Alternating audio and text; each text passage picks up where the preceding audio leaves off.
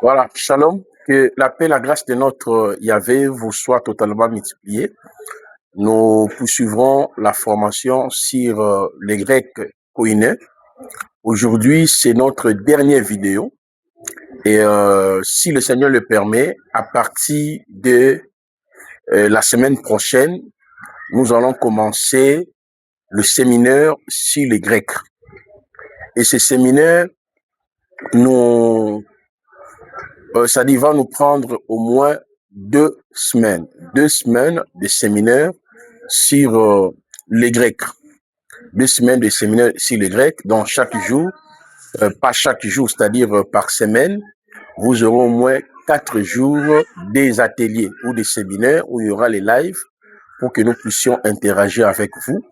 Et la semaine prochaine aussi, il y aura aussi la même chose, un séminaire de 4 jours. Donc, du coup, la première semaine du mois d'août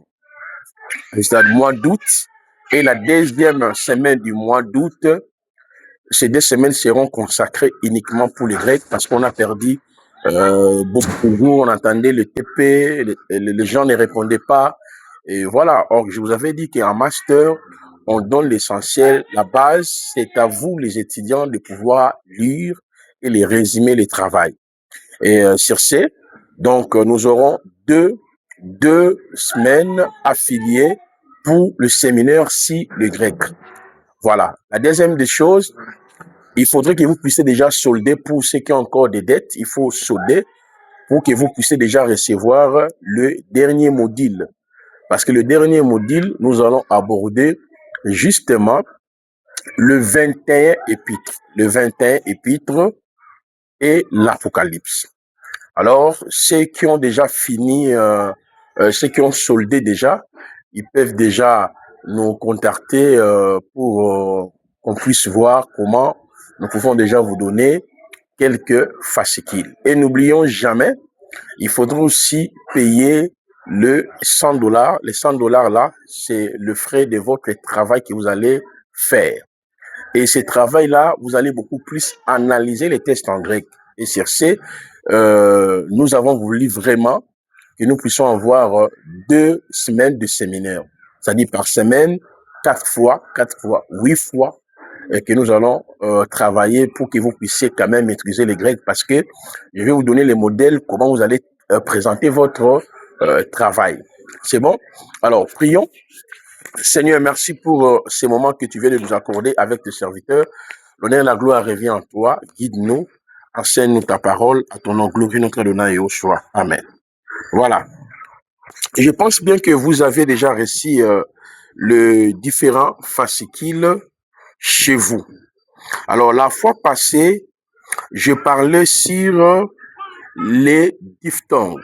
Les diphtongues, je vous ai dit qu'en réalité, le diphtongue, c'est la combinaison de 2 voyelles qui donnent un seul son, donc un son vocalique. Alors, c'est ce que j'avais dit, une diphtongue est donc l'union de 2 voyelles prononcées comme un seul son. Voilà, je vous ai parlé de 8 diphtongues grecs. Vous vous rappelez cela, j'ai parlé de 8 diphtongues grecs. Et donc, il y a par exemple alpha plus iota, epsilon plus iota, omicron plus iota, ypsilon plus iota, alpha plus ypsilon, et ypsilon plus epsilon plus ypsilon, eta plus ypsilon, omicron plus ypsilon. Là, ce sont 2 donc, quand vous faites le comptage, 1, 2, 3, 4, 5, 6, 7, 8. Donc, le 8 diphtongues. C'est bon.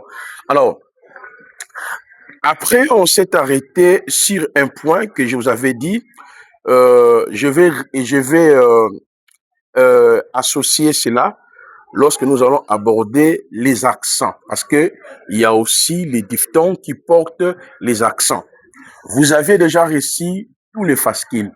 C'est à travers ces fascicules que nous serons ensemble dans le séminaire de 2 semaines pour que nous puissions revoir, lire, afin d'évaluer si vous aviez vraiment maîtrisé le grec. N'oublions jamais, je vous avais dit, le principe est simple.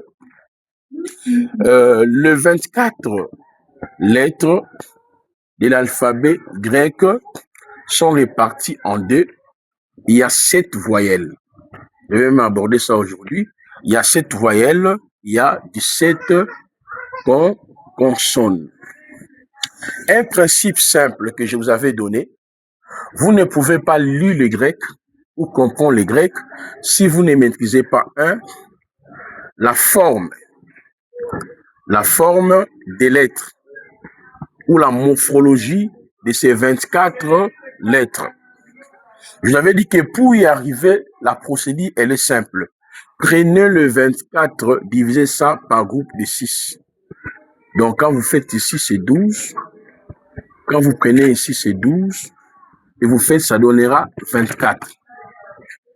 Donc, par jour, faites un effort de maîtriser 6. 6. Donc, dans 4 jours, vous allez pouvoir vous familiariser justement avec la morphologie. Et n'oublions jamais, il y a aussi les tests dont je vous avais déjà envoyés. Et sur base de ces tests, vous pouvez vous référer, n'est-ce pas, en lisant lorsque vous êtes bloqué. Il faut voir, il faut regarder. Alors, nous sommes allés aussi sur le deuxième point, le son ou la translittération. Je vous avais dit que le son ou la translittération, elle est tellement importante. Vous ne pouvez pas lire les tests grecs, bien si vous maîtrisez la morphologie, il est important que vous puissiez aussi maîtriser la translittération, c'est-à-dire l'équivalent de ces 24 lettres dans notre alphabet. Vous voyez, c'est très important. Et en troisième lieu, je parlais sur la grammaire élémentaire. La grammaire élémentaire, c'est ce que nous sommes en train de décortiquer. C'est ce qui va même constituer le but de ces séminaires. Je vous ai envoyé, je pense que plus de combien de fascicules? 1, 2, 3, je pense que 4 fascicules. 4 fascicules qui traitent la question de la grammaire élémentaire, à part les 2 premiers syllabis ou fascicules dont je vous avais envoyé bien avant. Donc, ça constitue aussi la base qui nous permet à pouvoir comprendre la grammaire élémentaire. Mais à part cela, vous avez aussi les 2 autres fascicules dont je vous avais envoyé. Là, déjà, c'est la grammaire approfondie. C'est très important. Donc, malgré tout, nous serons en train de continuer avec les épîtres. Chasse-les bien. Il y aura toujours un temps où on va commencer à insérer la grammaire approfondie. Alors, je vous avais dit, l'utilité ou le but de la grammaire élémentaire, c'est pour nous permettre de pouvoir lire un test correctement. Et je vous en félicite. Lors de dans différents ateliers, il y avait déjà des étudiants comme Gabriel Singhi qui lisait très bien. Il y avait aussi Guy Thomas, il y avait vu aussi d'autres étudiants. Quand même, c'était déjà bon. Mais avec la grammaire élémentaire dont je suis en train de vous dispenser, vous serez en mesure de lire correctement. Parce que la grammaire grecque, vous ne pouvez pas comprendre le verbe, analyser le test si vous ne maîtrisez même pas les éléments dont je suis en train d'évoquer. Donc, sur ce, je voudrais maintenant, comme je parle déjà sur les diphtongues, je voulais maintenant ajouter sur les accents. Les accents, vous avez déjà ces fascicules sur les accents. Alors, regardez, dans la langue grecque, il y a 24 lettres, n'est-ce pas? Combien de voyelles? 7 voyelles. Combien de consonnes? 17 consonnes. Il faudrait noter que les accents les accents ne se placent pas dans les différentes consonnes. Non, les consonnes ne prennent pas les accents parce que les accents servent justement à prononcer ou à donner le son exact de ces mots ou de cette phrase. Alors, en ce qui concerne les accents, je dis que les consonnes ne prennent pas les accents. On avait vu, il y a les accents labiales, il y a les accents datales, il y a les accents gutturales, il y a les accents nasales, il y a les accents liquides, il y a les accents sifflantes, il y a les accents doubles, les accents spéciaux. OK? Alors, maintenant, regardez très bien. Non, je suis en train de dire les accents. Bon, non, ça dit, il y a les consonnes, par contre, labiales, il y a les consonnes datales, il y a les consonnes gutturales, il y a les consonnes nasales, il y a les consonnes liquides, il y a les consonnes sifflates, il y a des sifflates, il y a des consonnes doubles, il y a les consonnes spéciales. C'est-à-dire, parmi le 17 consonnes. Alors, quelles sont les consonnes occlusives? C'est ce qu'on avait déjà vu. Je répète pour que vous puissiez comprendre que les accents, parce que dans la langue grecque, il n'y a que 3 accents. 3 accents. Les accents ne se placent pas sur les consonnes. Les accents se placent justement sur le 7 voyelles. Donc, je vais y revenir ici. Et les accents se placent aussi sur les diphtongues. Parce qu'une diphtongue, c'est une voyelle combinée. Est-ce que vous comprenez très bien? Voilà. Regardez. Alors, en ce qui concerne les accents, c'est-à-dire les consonnes ne portent pas les accents. En parlant si les consonnes, dans la langue grecque, on avait vu les consonnes qu'on appelle les labiales. Il y a pi, il y a bêta, il y a phi. Je vous ai dit que le labial, c'est-à-dire les consonnes qui se prononcent avec les lèvres. Donc, il y a pi, il y a bêta, il y a phi, il y a les consonnes qu'on appelle les dentales, c'est-à-dire les consonnes qui se prononcent avec la langue contre les dents. Il y a to, delta, theta. Il y a les consonnes, le guttural ou vélaire. C'est-à-dire, les consonnes gutturales ou vélaires, ce sont des consonnes qui se prononcent avec l'arrière de la langue. Il y a tel que kappa, il y a gamma, il y a ki. Il y a les consonnes nasales. Les consonnes nasales, ce sont les consonnes qui laissent passer l'air par le nez. Il y a mou et nu. À part ça, il y a les consonnes liquides. Les consonnes liquides, ce sont des consonnes qui se prononcent avec une émission continue de l'air. C'est très important. Nous avons, par exemple, lambda, il y a rho. Il y a les consonnes sifflantes. Les consonnes sifflantes, il y a sigma, et puis il y a les consonnes doubles. Il y a zi et il y a pis. Voilà. Et enfin, il y a les consonnes spéciales, zeta. Donc, dans l'ensemble de la langue grecque, il y a combien de consonnes? Il y a 17 consonnes. Et ces consonnes ici, pi, bêta, phi, to, delta, theta, kappa, gamma, ki, mu, nu, lambda, rho, zi, pis, zeta, ok, ne prennent pas les accents. Est-ce que vous comprenez très bien? Là, c'est un principe que vous devez normalement les retenir. Mais cependant, les accents se placent, regardez très bien, les accents Les accents dans la langue grecque koinène se placent, 1, sur les 7 voyelles. 2, se placent sur ce qu'on appelle le diphtongue. Est-ce que vous comprenez? Il n'y a que le voyelle et les diphtongues où les accents se placent. Parce que l'accent est un signe par définition. L'accent, c'est un signe par définition. C'est un signe graphique, ok?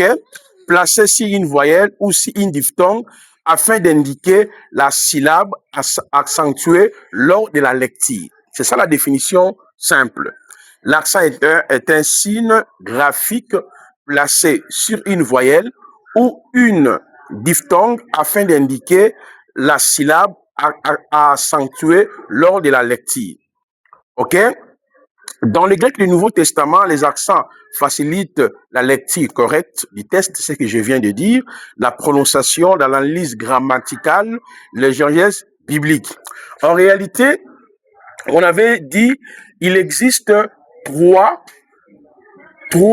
sortes d'accents. 3 sortes. Il n'y a que 3 sortes d'accents dans la langue grecque. OK?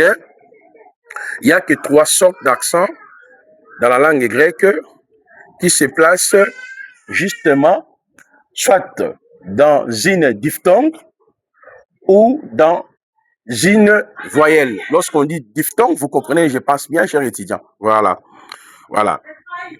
Alors, parlons d'abord, avant de toucher les 3 accents, parlons d'abord des voyelles, parce qu'on avait vu ça dès le début, les 7 voyelles. Vous vous rappelez très bien, les 7 voyelles. Alors, parlons d'abord sur les 7 voyelles qui prennent les accents. Nous avons alpha, nous avons epsilon, nous avons eta, nous avons iota, nous avons omicron, nous avons ypsilon et nous avons oméga. Là, ce sont les 7 voyelles qu'on avait déjà étudiées avec vous. Alpha, epsilon, eta, iota, omicron, ypsilon, oméga. Ce sont les 7 voyelles. Alors, je vous avais dit, parmi ces voyelles, il y a les voyelles, vous vous rappelez, les voyelles longues, ok, les voyelles courtes et les voyelles longues, les voyelles courtes, les voyelles brèves et les voyelles à quantité variable. C'est ce dont j'avais expliqué les 3 sortes de voyelles. Les 3 sortes de voyelles, ok, c'est-à-dire les 3 sortes de voyelles, parmi ces 7 voyelles, c'est-à-dire les 7 voyelles se divisent en 3. Bon, c'est mieux de dire ça pour faciliter la compréhension. Les 7 voyelles se divisent en 3. La première, il y a ce qu'on appelle le voyelle longue. On avait dit parmi les voyelles longues, il y a quoi? Il y a eta et puis il y a oméga. OK? Donc, il y a eta, il y a oméga. Ça, c'est le premier groupe de voyelles qu'on appelle le voyelle longue. Et ces voyelles prennent aussi des accents. Déjà, dans le fascicule, vous avez beaucoup d'exercices. Exercez-vous. Il y a la deuxième information qu'on appelle le voyelle brève. Dans les voyelles brèves, il y a I epsilon et puis il y a omicron.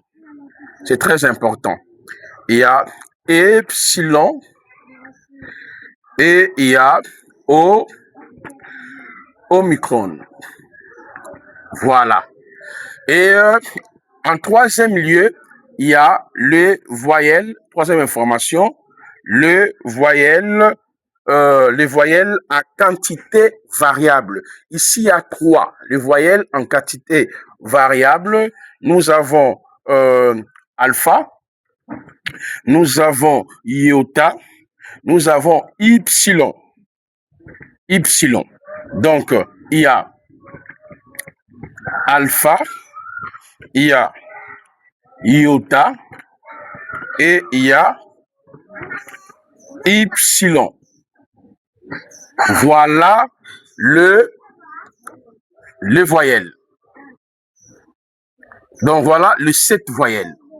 Donc les 7 voyelles sont réparties en 3 axes. Il y a les voyelles qu'on appelle les voyelles longues. Dans les voyelles longues, il y a état, il y a oméga. Et dans les voyelles brèves, il y a epsilon, omicron. Et dans les voyelles à quantité variable, parce que les signes changent, il y a alpha, iota et epsilon. Est-ce que vous comprenez? Maintenant, les accents, on les distingue aussi en 3 groupes. En ce qui concerne les accents, il n'y a que le 3 groupes dans la langue grecque. Comme les voyelles sont réparties en 3 axes, les 7 voyelles, les voyelles longues, les voyelles brèves et les voyelles à quantité variable, et les accents qui se placent sur les 7 voyelles, ok, c'est-à-dire sans répartir en, en 3 aussi, en 3 groupes. Regardez bien. Il n'y a que 3 groupes des accents dans la grecque biblique. Nous avons d'abord un accent aigu. Nous avons 2 accents graves. Nous avons 3 accents circonflexes. Voilà les 3 accents ici grecs. Donc, ces 3 accents ici, accent aigu, ok, accent, n'est-ce pas, grave, et accent circonflexe, se place justement sur le 7 voyelles ou bien sur les diphtongues. Vraiment, il faudrait que vous puissiez, n'est-ce pas, maîtriser ce que nous sommes en train de dire ici. Il y a beaucoup d'exercices ici, par exemple, théos, logos, zoé, oikos, plusieurs fausses. Il y a beaucoup d'exercices que j'ai tenté de placer ici dans le but de vous permettre, chers étudiants, de pouvoir vous améliorer pendant que vous êtes en train de revoir. Alors, n'oubliez pas, il faudrait que vous puissiez aussi imprimer le différent fascicule. Donc, ne viens pas au séminaire sur le grec que nous aurons la semaine prochaine. Je vais vous communiquer, je vais vous envoyer la fiche seulement aujourd'hui. Ne viens pas sans le fascicule imprimé. Donc là, vous allez vraiment rien comprendre. Faites un effort de pouvoir imprimer tous les fascicules dont je vous ai envoyé parce que on va exploiter même les fascicules si la lecture, les fascicules si c'est là. Je peux vous dire, prenez ça, prenez le volume tel, le volume 2. On va travailler de cette façon. Alors, vous avez compris qu'il y a accent aigu, accent grave, accent circonflexe. Donc, ce sont ces 3 accents comme ça, comme la tête, se placent où sur les 7 voyelles. Quelles sont ces 7 voyelles dont je viens de... où les accents se placent? Vous connaissez déjà cela. Il y a alpha, il y a epsilon, il y a eta, il y a iota, il y a omicron, il y a ypsilon et oméga. Maintenant, c'est quoi les diphtongues? Les diphtongues, vous avez déjà les fascicules où je vous avais envoyé en ce qui concerne le diphtongue. Je vous avais dit que, par définition, lorsqu'on parle d'une diphtongue, c'est lorsque il y a la combinaison de deux voyelles qui donnent le même son. C'est bon? Voilà, je vous ai dit une diphtongue est donc l'union des deux voyelles prononcées comme un seul son. Contrairement au français, les diphtongues grecs suivent des règles phonétiques précises et jouent un rôle important dans la lecture de la sanctuation du Nouveau Testament. Et vous avez parlé sur le 8 diphtongues grecs. C'est bon, vous en avez déjà avec tous les détails. Par exemple, alpha plus iota, je l'ai dit dès le début, epsilon plus iota, omicron plus iota, epsilon plus iota, alpha plus epsilon, epsilon plus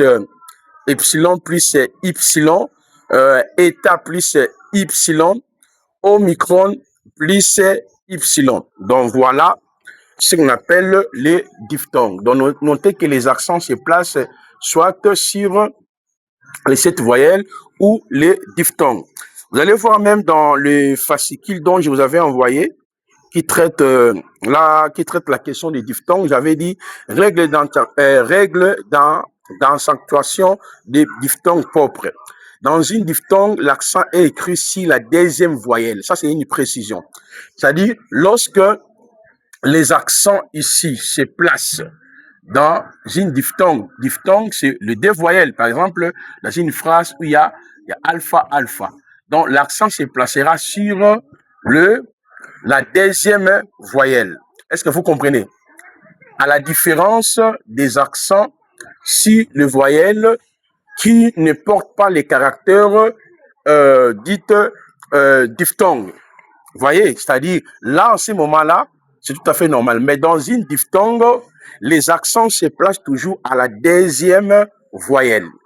Mais ils concernent toute la diphtongue, sauf oikos, par exemple, aion.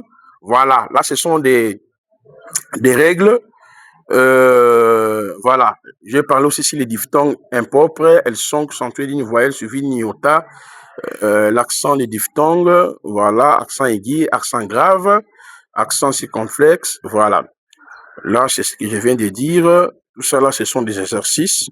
C'est pour vous permettre à mieux voir et comprendre. Voilà, les diphtongues sont fréquentés dans les textes grecs du Nouveau Testament. Elles apparaissent dans des mots théologiques majeurs tels que théos, huios, fils, oikos, aion. Voilà. Là, ce sont des exercices. Vous pouvez lire vous-même, comme vous avez déjà quelques notions de base. Donc, d'emblée, comprenez qu'il y a combien de types d'accents? Il y a 3 sortes d'accents dans la langue grecque du Nouveau Testament. Il y a l'accent aigu, l'accent grave, l'accent circonflexe. Maintenant, ces accents se placent où? Dans les 7 voyelles. OK? Et ces accents aussi se placent où? Dans les diphtongues. Mais dans les diphtongues, quand? Dans la deuxième voyelle. Dans une phrase. Donc, lorsque nous serons en train de faire des exercices pendant le séminaire, je vais y revenir sur ces points. Et vous trouverez, n'oubliez jamais, chers étudiants, dans tous les textes grecs du Nouveau Testament, vous trouverez toujours la forme majuscule et la forme minuscule. Vous trouverez toujours les accents aigus, les accents graves, les accents circonflexes. Et ces accents, vous ne les trouverez jamais sur les consonnes. Ça n'existe pas. Les accents, vous les retrouverez justement sur les 7 voyelles ou bien sur les diphtongues. Est-ce qu'on a compris? Voilà. Donc, aujourd'hui, on a fini avec la grammaire élémentaire.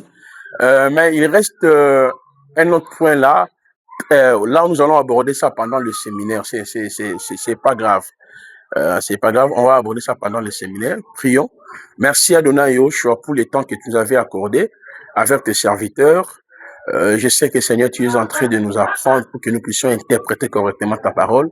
Manifeste ta grâce infinie dans la vie de chacun à ton nom glorieux, notre Adonai Yoshua. Amen. Merci. On se retrouve dans le séminaire sur les Grecs.